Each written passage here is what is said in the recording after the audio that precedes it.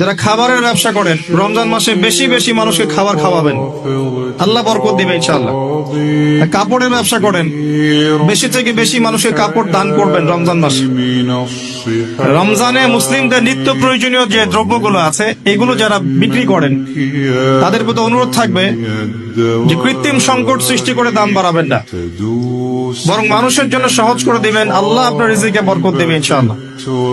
বিশ্বের প্রায় প্রতিটা মুসলিম কান্ট্রিতে রমজান মাসে দ্রব্যমূল্যের দাম নিয়ন্ত্রণে থাকে, কমে যায়, ইল্লাল বাংলাদেশ ছাড়া। কিন্তু আমরাই 90% মুসলিমের দেশ। এই মাস লাভের মাস, পরকালীন লাভের মাস, দুনিয়ার লাভের মাস নয়, বরং রমজান আসার আগেই পুরো মাসের বাজার এবং ঈদের শপিং করে ফেলে দিবেন। রমজান মাসে বেশি বেশি মার্কেটে যাবেন না, এবং স্ত্রী সন্তানদেরকেও বেশি বেশি মার্কেটে যেতে দিবেন না, বরং এই মাসে পর্দা আরো বজায় রাখার চেষ্টা করবেন।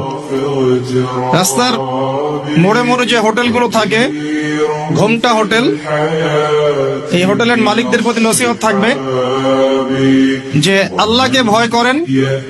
হোটেলের বাইরে লিখে দিবেন, মুসলিমদের জন্য খাওয়া আমার হোটেলে জায়েজ নাই।